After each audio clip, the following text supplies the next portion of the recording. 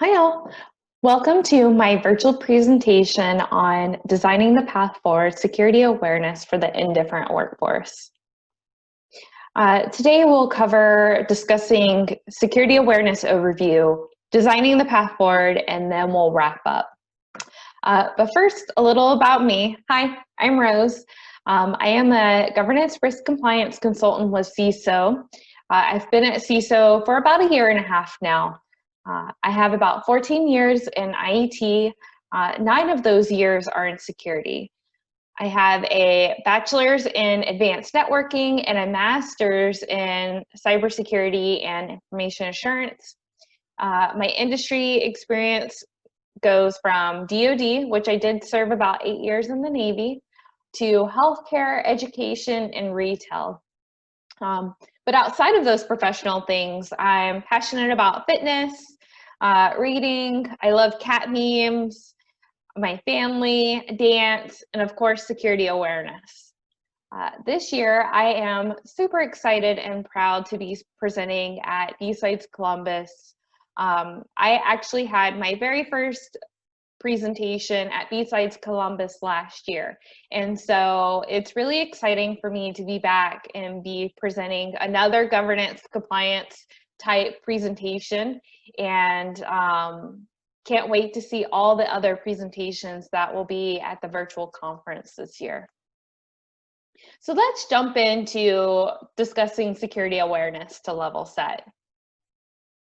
So security awareness is a way for us to provide our workforce with education surrounding cybersecurity. We are trying to help them demonstrate good, safe security hygiene practices. This includes training for computer, network, physical security. I also like to highlight that security awareness should also incorporate changing the culture. We ultimately want to encourage these positive interactions and conversations with security and IT. As you guys may know, security has a bad rap of being the no-sayers. We can leverage this program, though, like security awareness, to be able to encourage our workforce to feel comfortable coming to us and talking about things or asking questions about security or reporting issues. Ultimately, we want them to be comfortable and confident when they come to us and know that we're going to provide them the information that they need. And then we build that very collaborative nature with our coworkers and our workforce. More importantly, though, if an event happens relating to IR or incident response, our workforce feels comfortable reporting to us so we can act a little bit quicker. So normally with programs, what I see is an initial or managed state of maturity. So programs will be doing some things. They'll be hitting, the compliance or regulation items, but they're not necessarily taking their program to the next level. I think that we have a hard time getting our staff more engaged because we aren't making training relevant to them. I like to think of security awareness from a marketing perspective.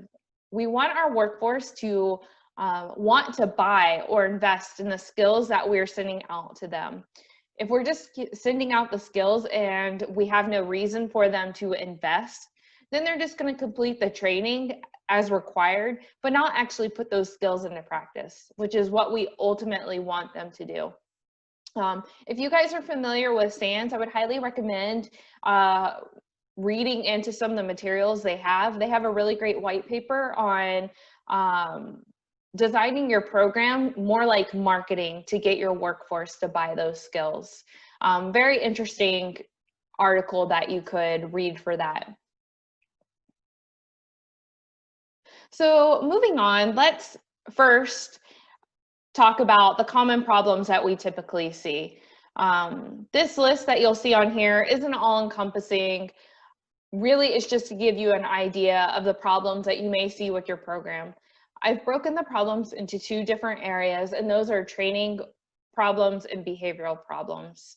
So out of the training, we can see issues such as given infrequently, not engaging enough, and the training not being relatable. So given training infrequently, the workforce isn't going to be able to remember those skills or be able to put them into practice. repeating the training over and over and over will get the idea to them. Not making the training engaging enough. Again, I mentioned this on the previous slide, but with not being engaging enough, they're not going to want to retain any of the information. And then with training not being relatable, if you're giving them training that maybe not necessarily pertains to the job functions that they do, they may have a harder time understanding it. So these training problems will help you get an idea of maybe some root causes of why your program isn't functioning the way you want it to.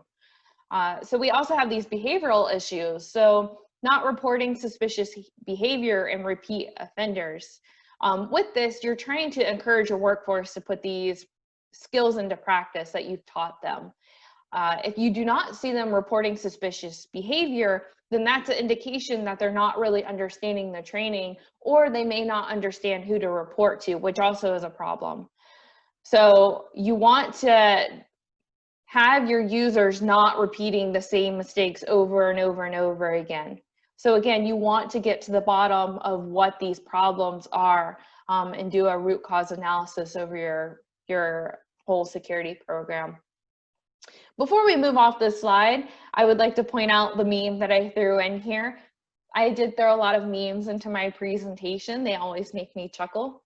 I don't always think about cybersecurity, but when I do, it's usually too late. So as we all know, our users, with all of their best intentions and they try to do the right thing, they'll click on the phishing campaigns, they'll provide their credentials. A week later, they realize something isn't right, and then they finally think, I should let security know. And I know we've all experienced that before working in our field.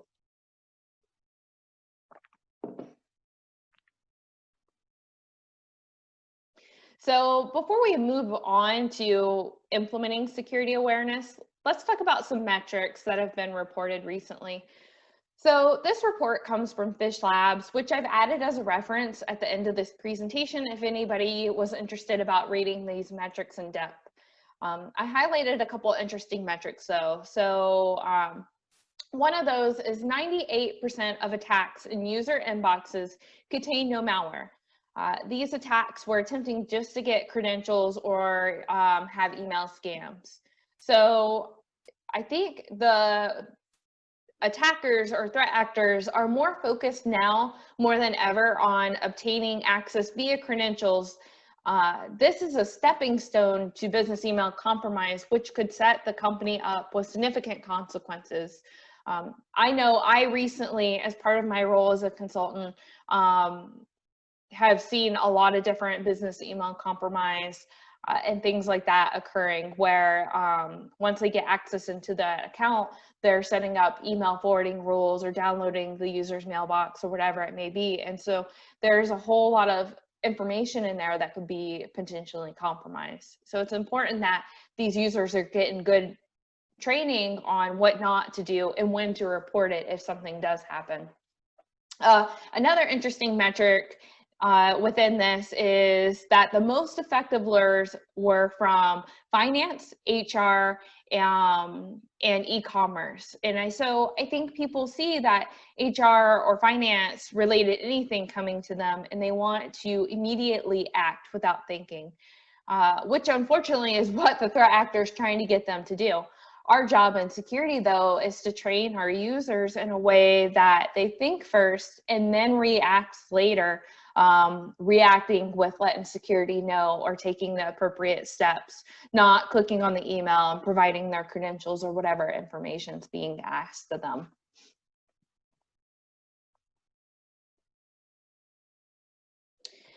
Now that we've talked about security awareness and what some of the problems are, let's look at the path forward and how we design it. So I've split this slide into two components and everything eventually funneling down into metrics. So with overall development, you have the compliance or regulatory. And the big ones that you're gonna want to consider for your program are things like HIPAA, PCI, NIST, ISO, and other factors like that. Moving on, we need C-level support. So in order to build your program to the effectiveness level that you need that C-level buy-in. And once that is achieved, you can build the governance documents that will drive the program. One aspect, though, that isn't considered or isn't often thought of when in building security awareness is partnering with other departments. So how can we work together as a team to mutually benefit everybody?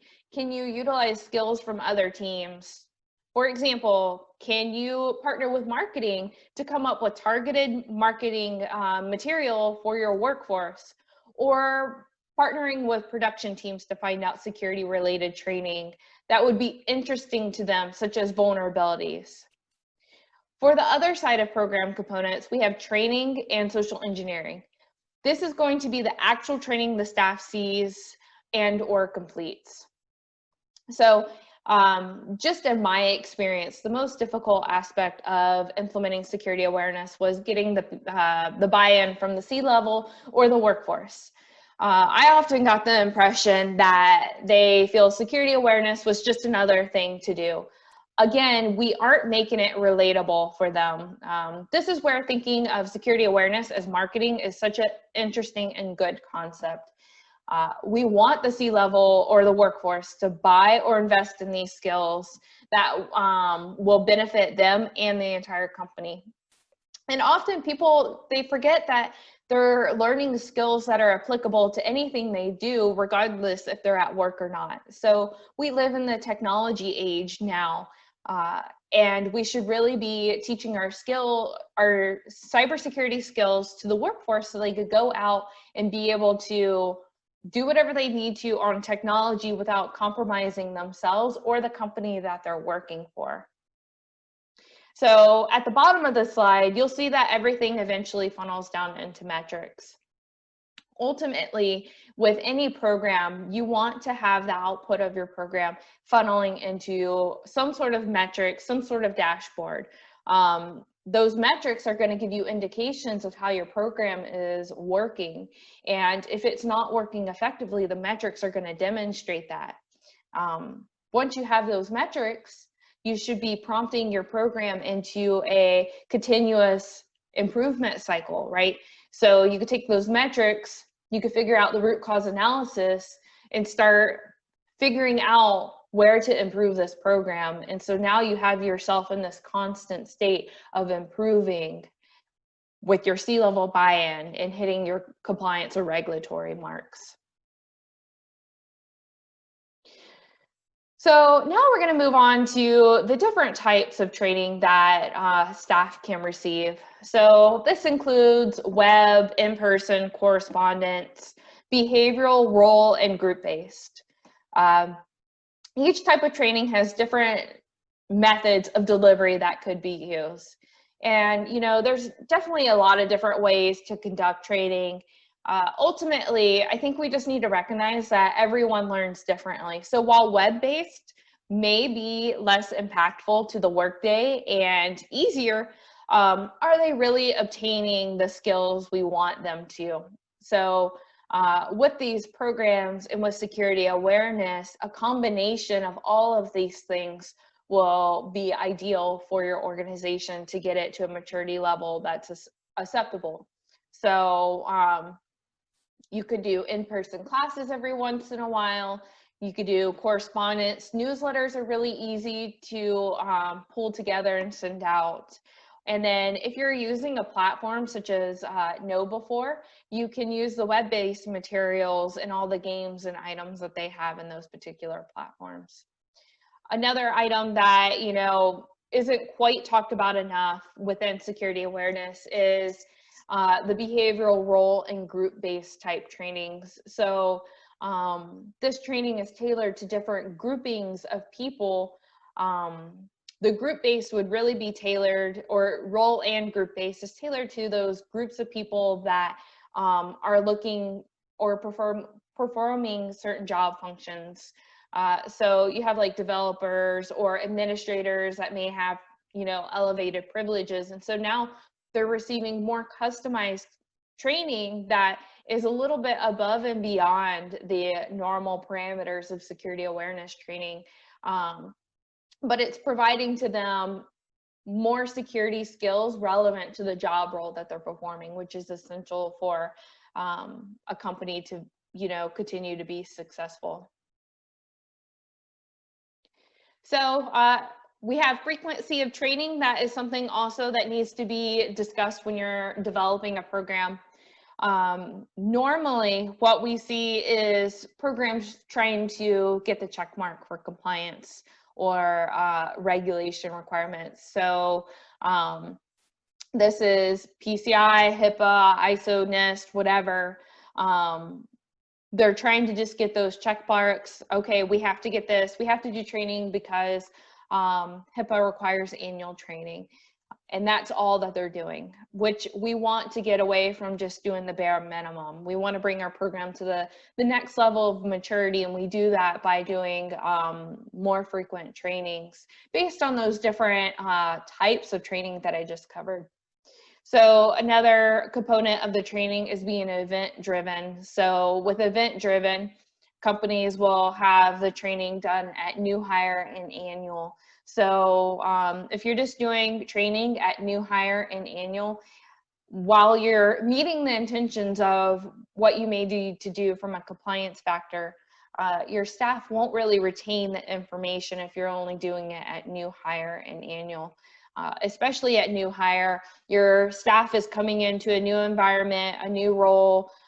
They're being thrown a lot of different policies, standards. They have to read everything. They have to get used to the environment. And then on top of that, we're giving them security awareness training, which they may or may not retain. And then, a year later, they're having to take the annual training. Again, they're going through it really quickly and they may not gather all the information that they need. So doing the training more frequently than that will help make it repetitive to a state where they're actually going to remember what you're training them with. Every 90 days is would probably be more acceptable if you're trying to get your staff to a state where they can remember the stuff that you're teaching them and putting it into practice. With every 90 days, though, I'd highly recommend rotating any materials that you use. So while we're trying to be repetitive, we're not trying to beat them with the same newsletter, every quarter. We want to change the material up. And if you're designing the material yourself, do it in a way that's going to stand the test of time, meaning that you can use it again and again and again. So same phishing concepts. While the technology might vary from year to year on how threat actors are exploiting things, the concepts that we're teaching to our workforce are generally going to stay the same. So, a Security Awareness Month. I definitely think that we could leverage this more to engage with the workforce. It's a whole month dedicated to focusing on security. I think it's a great thing that we could use. And I know my meme off to the side doesn't quite reflect it. It's Cybersecurity Awareness Month. Here's what you do. Open your email, take a handful of best practices and throw them in there. Whatever people read, that's the correct dosage. Yeah, I could get that. I could get the feeling behind it. But Cybersecurity Awareness Month is a great tool to use to start leveraging it for conversations. So with Security Awareness Month, many people don't know, people outside of security may not know that's a thing. And so October is your time to do this. It's right before the holidays. Your users are going to be more inclined to shop online, to give out the credit card numbers, to be doing all this stuff on the internet. And so use October to tell them all the do's and don'ts that they shouldn't be doing in cybersecurity. And with that, you can promote this culture of change within your environment to encourage them to have dialogue with you and to communicate and encourage these very positive interactions. So you're promoting all things security and make it fun. If you have the capacity to do it, absolutely do it. If you don't have the capacity, then obviously you'll just need to work with what you have. But if you do have the capacity, highly recommend doing raffles, games, lunch and learn sessions, having posters out, and videos. So I've been at companies before where we've done stuff like this, and we have gotten such an amazing turnout. People got really excited about it. They wanted to win things. They wanted to meet the people. They wanted to eat the food. We know food gets everybody there. So make it fun. Your workforce will remember it, and they'll say, oh man, you remember last year we had that whole month. We learned about cybersecurity things. I was able to get cookies and Chick-fil-A, and it was a lot of fun. And they're going to remember things like that, and they're going to remember that positive interaction that they had with security. So next, let's talk about social engineering. If you remember at the beginning, I talked about this as a component of security awareness. So this is a practical way of testing your workforce and all of those skills that you've been teaching them. So it's going to focus on doing a phishing exercise to see if they remember what they should be doing. And this will give you a way to funnel it into your metrics and to really understand if they're actually remembering anything. This testing should be done on a regular cadence. So for phishing campaigns to really be effective, you'll want to test and retest, especially testing for the ones that failed. Done right, you could get these metrics, you funnel them into your overall security awareness, and you could gain insight into how well the training is being received. So protect you from social engineering attacks. Sure, just email me your password. So again, testing your staff and you do a phishing campaign and you get their credentials, it's not a good thing. And it's going to highlight the things that they don't know and what you should be training on a little bit more. So yeah, if we could just stop clicking on phishing emails, that would be great. I am sure the security team would appreciate very much not having to respond to events and incidents over the weekend because of a phishing campaign.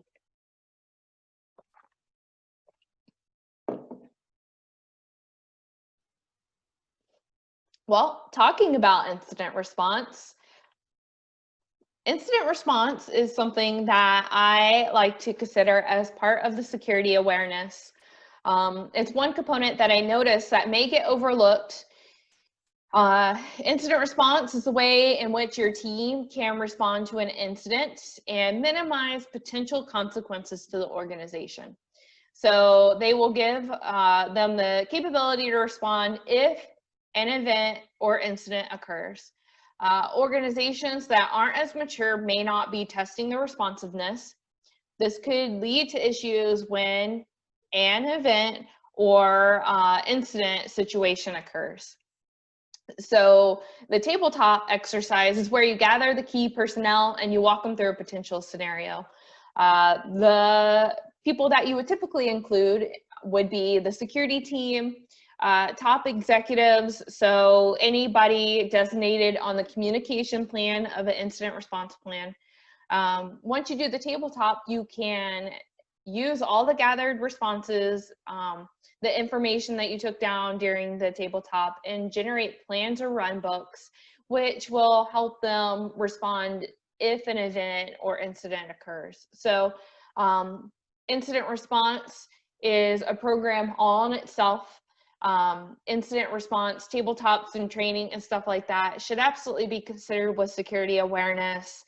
You don't have to run the program or dictate, the tabletop or anything, but it's a component that should be considered and taken seriously to make sure that your organization is prepared for those events or incidents.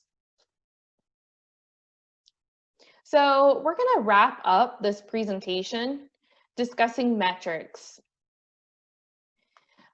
Interesting quote here that we have is, if you can't measure it, you can't improve it. And I absolutely think that any part of your program, you really should be measuring it. With this, you need to be able to understand the health of your program. If you want to be able to get more money for your program or continue to mature it, you're absolutely going to need to be able to report on these metrics to the C-level. So that way they have a proof on return on investment, because if they're not getting that return on investment value, do they want to continue to improve on it? So metrics that should be used to track behavior can be for risky employee behavior, employee incidents, or incidents being reported, reported phishing email percentage, assessment of employee knowledge, and employee completion of training. So metrics, this doesn't have to be your all-inclusive list. It's just a couple items that you could take into consideration. And these are going to be the more analytical side of the metrics. Metrics that you can't really get from, you know, the tooling that you may have in place or anything like that is positive interactions, times that employees are reaching out to discuss whether or not security functions in certain processes are working, employees reporting risk and stuff like that. So that starts to show that the culture of security is being accepted at an organization. And you can't quite capture that with the analytical side of metrics, but it's definitely something that should be accounted for when you are thinking about your metrics. So I created a dashboard to go with the training, or with this presentation rather, and it's completely mock dashboard. It's based on a completely hypothetical situation. The slide, it's made up of metrics for 461 employees. The dashboard, it could highlight, you know, the annual training completion. Again, while we don't want to just solely focus on compliance, we still need to make sure that we're tracking it. It is still going to be an important component of your security awareness. The second metric here is to demonstrate how your phishing may be going. So you'll see that I highlighted the user click the link training. If you test a workforce, provide training, and then retest, you should see the amount of users clicking the link go down over time, which is highlighted in this metric. You'll see that it goes from 61 to 24. So you want to see that decrease in the users clicking the link. And then the last metric that I provided was for physical security. So while we highlighted the need for a lot of different security awareness habits, I didn't want to forget to include that we want them to practice good physical security situational awareness habits. So this includes stuff like locking the computer, making sure that they're using their badges appropriately, and, you know, just having general situational awareness of the things going on around them. Locking the workstation, though, is exceptionally important when you think about environments that work with, you know, HIPAA or highly regulated data. So you want to make sure that your workforce is doing those things appropriately. So we're going to wrap up the presentation now. Hopefully you guys have been getting a lot of insight into establishing a program that will be more effective for your workforce. So here we have a checklist of things that you can do for your program. First, determine your compliance requirements. That is going to be one of the foundational pieces of the program that you're building. So again, while we don't want our program just to be a checkbox type activity, we do want to be mindful that compliance or regulatory items are a huge factor of what we do. You need to receive the C-level support. So again, anything that you want to do and build and mature, you're ultimately going to need that C-level support. So think of all the ways that you can start the dialogue with them to improve your program. Build partnerships with departments. So we touched on this very briefly at the beginning of the presentation. Building partnerships with other departments highly encourage you to do this. Build those collaborative relationships and encourage them to want to come to you guys to talk about things. Other departments may have people that have skill sets that you wouldn't have ever known about. In fact, one of my clients has someone who works in marketing that actually has cybersecurity background, so they make up infographics all the time. If you're not talking with these other departments, you probably would have never known that. And so highly encourage you to start dialogues with these other teams. Next, you'll want to develop, if you haven't already done it, you'll want to develop your program governance. As we all know, with most things in security, you really should have the governance to back the things that you want to do. So the governance can include policy, standard, and procedure. You want to have those things established. So if you're trying to meet those compliance or regulatory requirements, you're meeting them, but also you're taking your program to the next maturity level with having that governance established. Also recommend making sure that the procedures are in place.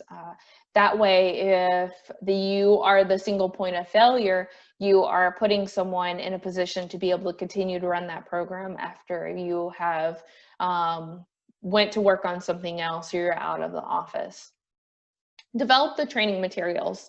So I'm not saying that you have to buy a tool such as KnowBe4 or something like that. You absolutely can develop your own training materials internally. Will it make your life easier having a cloud portal or something to be able to do training? Absolutely. But if you have budgetary type constraints that will prevent you from being able to leverage a platform like KnowBe4, absolutely develop the training materials internally. Furthermore, you can customize those training materials to be more applicable to your environment. So again, you're making that training more relatable to your workforce in a way that they're actually going to want to invest in it. Next, you'll want to conduct security awareness activities. So don't just do once and done, send out the training material. Conduct the activities, get out there and talk to your workforce. Right now, we're in a remote environment. Most of the workforce, we're all working at home. Even this conference is virtually. You can absolutely do training anytime. Invite your workforce to come to a webinar and just do like a quick 15-minute presentation on a certain skill you want them to have. Yes, you'll have to, develop the materials and you'll have to spend the time on the meeting. And so it will take time out of your day, but the return on investment will be much greater if you take the time to help them develop their security awareness skills. And then finally, you'll want to build or report on those security awareness metrics. So ultimately, you want to be able to improve your program. You're not going to be able to do it without having the metrics to back those improvement opportunities. Going even further, if you're seeing certain metrics that indicate problems are occurring, then you could take it a step further and do root cause analysis on why those problems are actually occurring. And so now you're getting to the root of why your program isn't working the way that you need it to. These metrics are also very enlightening to the C-level. So you don't necessarily just need to report on, the dashboard items that I showed earlier. You can customize it in any way that you think your C-level is going to be appreciative of the story that you're telling to them. So you could contact me at any of these platforms that I have listed. I have Twitter, LinkedIn, and you can reach me at my work email, which is up here on the screen. I love talking about security awareness. So if you guys need a person to be a listening ear to hear if you're doing the right things, absolutely contact me. I don't mind at all. So yeah, hopefully today that you learned something that maybe you haven't been doing yet or haven't thought of in a way, and you can encourage your workforce to be more receptive of the training that you're trying to give them. With that, I guess I will see everybody at the conference. Bye.